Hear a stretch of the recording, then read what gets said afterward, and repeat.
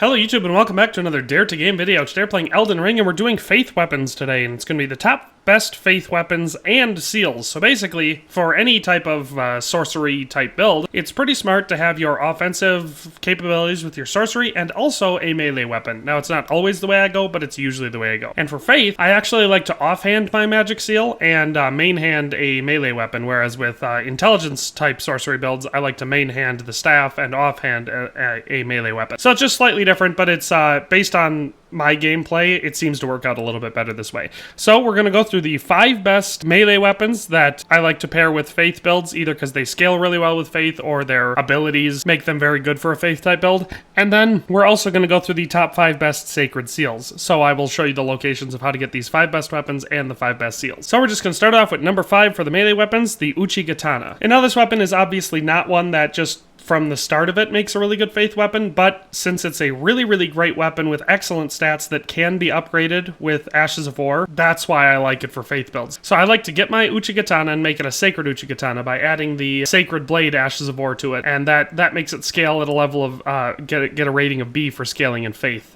scaling. So makes it a very good weapon, especially for a build like this where you're obviously going to have a high Faith stat. So as far as attributes required to use this one, 11 for Strength, Dexterity of 15. It does cause blood loss buildup, which is another reason why I like to choose the Uchigatana over any other weapon that could be upgraded using Ashes of War. And it has all of the great things about katana. Swings very fast, and like I said, has great damage. You can see the physical power, attack power there is 214 plus 30, so that's pretty great. And then by making it sacred, we also get a ton of holy damage on top of that. So excellent weapon to go with any Faith-based build. As far as where to get this one goes, it's actually pretty easy. You can get this one very early in the game. We're in Limgrave here. You make your way up here to Death-Touched Catacombs. And I've already gone through and killed. There's basically just skeleton type enemies in here, so nothing crazy dangerous. I've already run through and taken them out though. But you run down past the Site of Grace, you turn left up here, go down this staircase, and then just drop off this ledge here, turn around, and go through this tunnel, then take a left here, and there'll be a body hanging off this ledge, and on the body you'll find the Uchigatana. So like I said, very easy to find pretty early in the game, not very difficult enemies to defeat in this cave, so makes it one that you should definitely pick up pretty early on any playthrough. So that's number 5, the Uchigatana. Let's move on to number 4. Alright, and so for number 4 on our Faith-based melee weapons, we have the Golden Halberd. And now for attributes required to use this one, it's going to be Strength of 30, Dexterity of 14, and Faith of 12. Attribute scaling, we get Faith of D, so not terrific, but it does scale with Faith, so for a Faith-based build, it's going to be stronger. Dexterity of D, and of course Strength of B. And this one comes with the Golden Vow special attack, which is just going to be a boost to your attack power and your defense, and also that of your allies within, your radius. Pretty great physical attack power, and has all the benefits of halberds. Swing fast, but do really high damage. The only reason why I would maybe consider not doing the halberd is if your strength isn't very high. A, because it does require a strength level of 30 just to wield it and use it effectively, but B, because you're going to be using it one-handed to use it effectively with a faith-based build, unless you're planning on using your incantations and your halberd separately, so that way you can switch between them and go two-handed, because then the halberd becomes much more effective. So basically the halberd is one that is excellent with a faith and strength build. So if you're going to put a lot of points into strength anyway, then the golden halberd is great for that. As far as where to get this one goes, it's another one that you can get early game. It's right here in Limgrave by the Church of Ela, right when you come out of the first step. You'll see a tree sentinel knight person running around here. You kill that boss and they will drop the golden halberd. So that's how you get the golden halberd. Like I said, not perfect for every single playstyle, but it can be very good for strength and faith-based builds. So that's number 4. Let's move on to number 3. All right, so for number 3 of our main hand weapons for a faith build, we have the Grafted Dragon, which is a fist type weapon that you've probably seen if you saw my top 5 best fist type weapons in this game. It's basically a little stuffed dragon that goes on your hand. As far as attributes required to use this one, strength of 20, dexterity of 14, and faith of 16. Again, it's going to scale with strength, dexterity, and faith, so another one that's going to be better the higher your faith is, and obviously those other skills. As far as just raw stats goes, it's got pretty great physical attack power just for hitting people with it, as you can see from the stat right there, and the fire is also pretty great. So this one is one that I would pair with a fire-based faith build. So as you probably know, if you've played much with faith in this game, it's best to specialize in one type of attack. I personally like lightning the best, which is why the Grafted Dragon doesn't really pair as well with mine, but if you do a fire-based faith build, which you can get really powerful ones, then this is a great main hand weapon for it, because it's very powerful, deals quite a bit of fire damage, and of course has a really cool special attack. So yeah, the Grafted Dragon is definitely one that I recommend using for faith builds, especially if you're going to specialize in fire. As far as where to get this weapon goes, it's going to be another one that is actually pretty early in the game. If you make your way to Stormvale Castle and fight your way through to the boss fight for Godric the Grafted and defeat him, you will get the Remembrance of the Grafted. Then you can take that to Round Table Hold and trade it with any other finger reader for the Grafted Dragon weapon. So that's how you get it. It is a reward for boss fight, so your skill or ability to cheese or maybe just your allies are going to need to be powerful to get this early game, but it's definitely worth it if you want to be a fire faith-based build. So that is number 3. Let's move on to number 2. Alright, and so for number 2 on our main hand weapons for our faith build, we have the Coded Sword, one of my personal favorite weapons in the game overall, and definitely one of my favorites for a faith-based build. So for this one, attributes required are going to be just faith, so you need 20 faith to use this one and nothing else, and it has an A scaling for faith, so it's going to be one of the best scaling weapons for a faith build, which makes sense why I like it. And you can see our holy attack power there is pretty dang high, having almost over 500 for that. So pretty great. And of course, our special attack is the Unblockable Blade, which does exactly what it sounds like. When you use it, nothing can block the damage that you deal with that. No poise, no shield, nothing. So it makes it an excellent weapon for a faith-type build. It does quite a bit of damage on its own, but it goes really, really well with powerful faith-based attacks. So yeah, that's the Coded Sword as far as stats go. As far as where to get this one, again, it's not terribly difficult, but this one's more of a mid-game weapon. So you have to have made your way up to the Altus Plateau region and made your way around and into the capital. Once you've made your way all the way up to the West Capital Ramparts, it's pretty close from there. So I'm just going to kind of zip to it. I'll show you where to go.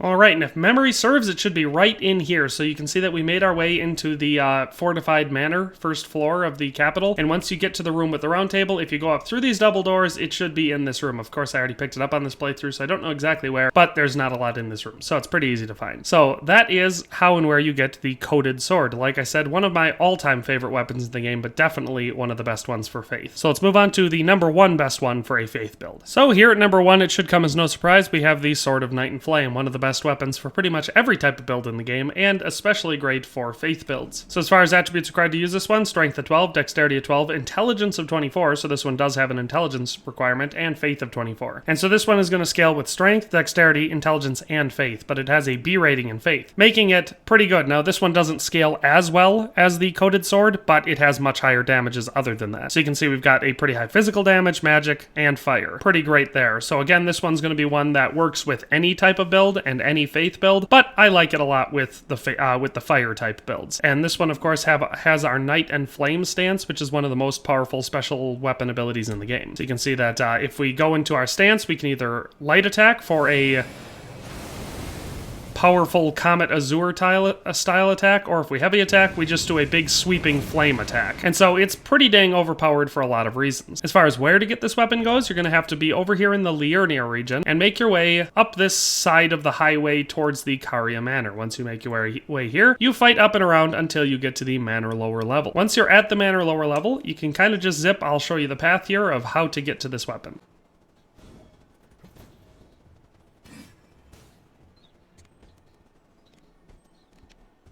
Once you get down into this tower here, it will be in this little chest over here, and then you can open this locked door. So that is how you get the Sword of Night and Flame. Like I said, one of the most powerful weapons in the game overall, and a really good one for faith builds. So that's the last of the melee weapons we're going to be looking at. Now I'm going to show you the top 5 best Sacred Seals. Alright, so for our first seal on the Sacred Seal list, we have the GODSLAYER'S seal. And now obviously, it should go without saying that for these seals, some of it has to do with like an ultimately this seal is better than the other one, but a lot of it will have to do with the type of incantations you go with. And so I've kind of balanced that off into both incantation scaling, which is very, very important, but also the effectiveness of the incantations you can use with each one. So that's why they may not go just by incantation scaling. So with that in mind, the GODSLAYER seal is the one that I consider to be the 5th best out of all the Sacred Seals. And so for this one, you can see that attributes required, 4 for strength, 27 for faith, so a slightly higher faith one, but again, if you're a faith build, that should be as high as you can get it anyway. And then for attribute scaling, faith of S, so it has an S rating for scaling for faith, so that's very, very good. And strength of D. Then for our passive effects, it boosts Godslayer incantations. So obviously that's not the best boost in the world because the Godslayer incantations aren't the best incantations in the game. They're actually some of my least favorite to use, but it does have an incantation scaling of 291, so that's pretty great. So yeah, the Godslayer seal is number 5. As far as where to get this seal goes, it is, fortunately, one that you can get pretty early in the game. So once you're up here in Limgrave, once you've made your way to the Stormvale Castle, which you need to if you want your Grafted Dragon weapon, but you come over here to the Rampart Tower Site of Grace. So once you've made your way to here, you can go through this doorway over here, and we're going to be taking an elevator down. And then I'll just kind of zip through to show you the exact path for how to get this weapon.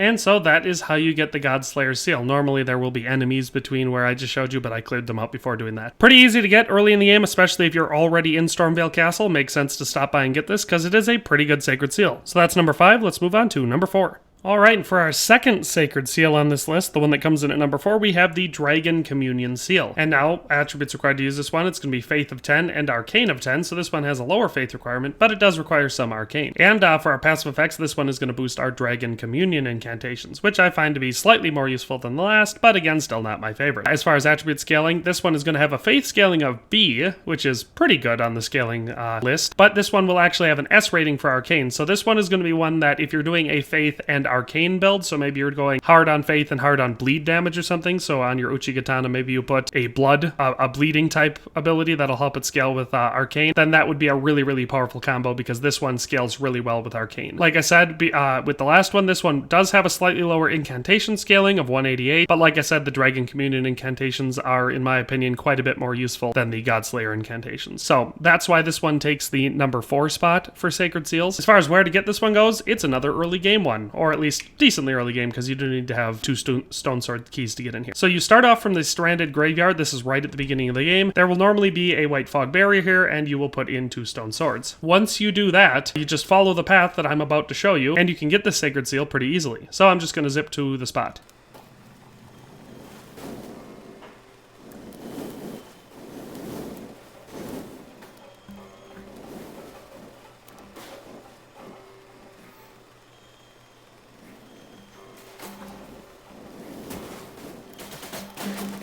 And so once you've made your way along that path and come up to this room, you will kill this enemy, and the first time you come through here, he will drop the Dragon Communion Seal. So that's how you get it. Obviously, the chariots are a little annoying, but not that complicated of a process, you know, once you get used to it. So that is how you get the Dragon Communion Seal. Let's move on to the number 3 best Sacred Seal in the game. Alright, and so for number 3 on our best Sacred Seals, we have the Golden Order Seal. And for this one, attributes required of 17 Intelligence, so another one with an Intelligence requirement, and Faith of 17. This one will boost your Fundamentalist incantations, which I find to be decently useful. There's quite a few of them that I like using, and it also has a attribute scaling for Intelligence of A and Faith of A, so this is one that will go better with your Intelligence and Faith builds, plus that A rating in Faith is pretty dang good. And on top of that, it has 293 for incantation scaling, so it's just going to be, generally speaking, very, very powerful. It's typically one of the ones that I'll go with if I don't have any other seals. I'll come here and get this one because it's not hard to get, and it's one of the better all-purpose Sacred Seals in the game. So like I said, not a bad choice for most builds, but again, with your Fundamentalist incantations, you're going to see the best results. As far as where to get this one goes, it's going to be about it's a mid-game location because you got to be up here in the Altus Plateau.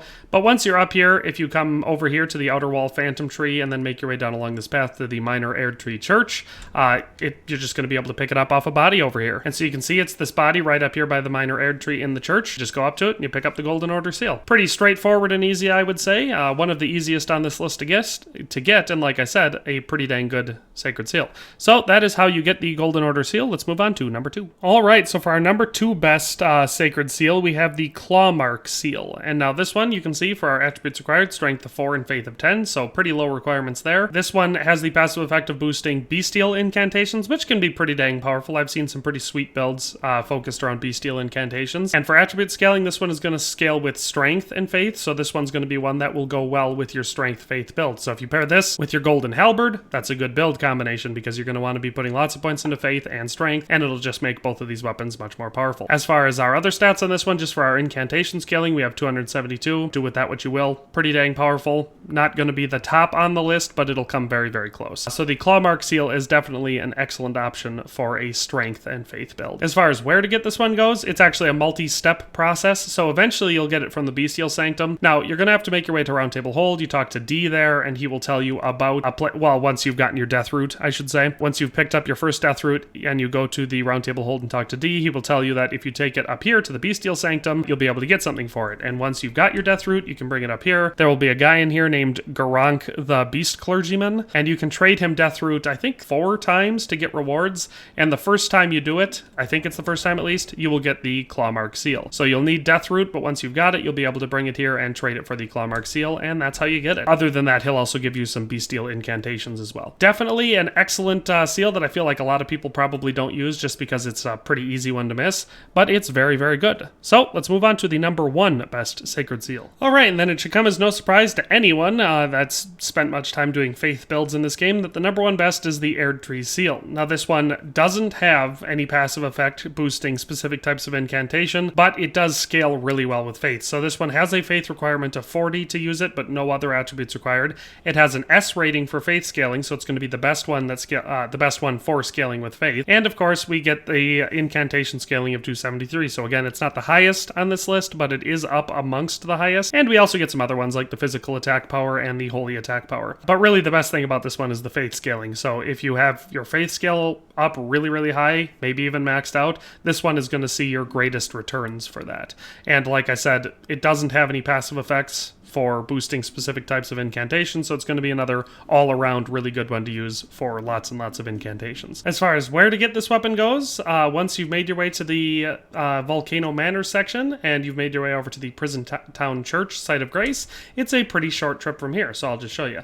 You come out this door, go down and around this corner. There's going to be lots of enemies that I've already taken care of just for the purposes of this video, the most difficult of which being an Omen Killer. But anyway, once you hop down, you hop onto this here roof, and then you just drop down on the ground over here. And then this cell right behind you with the open door, there will be a body inside, which you can see here, and you loot it, and that's where you get the Erdtree seal. So that is where you get the best Sacred Seal in the game. And that is it for this video. So I've showed you the 5 best weapons for Faith-based builds and the 5 best Sacred Seals. So if you would like to see full build videos for any type of Faith, whether that's a flame type, lightning type, bestial incantations, whatever it may be, let me know, because Faith seems to be one of the most fun builds to play with in the game and one of the best areas to specialize. So I'd love to make a couple videos in that series. So just let me know in the comment section if you want to see any of that. But with all that in mind, that's all for today. Thanks for watching, and we'll see you next time. Thanks for watching another Dare to Game video. If you like this video, please leave a like and a comment. If you haven't already, be sure to subscribe to the channel. If you like my content and would like to support this channel, consider becoming a member today for as little as $1.99 a month.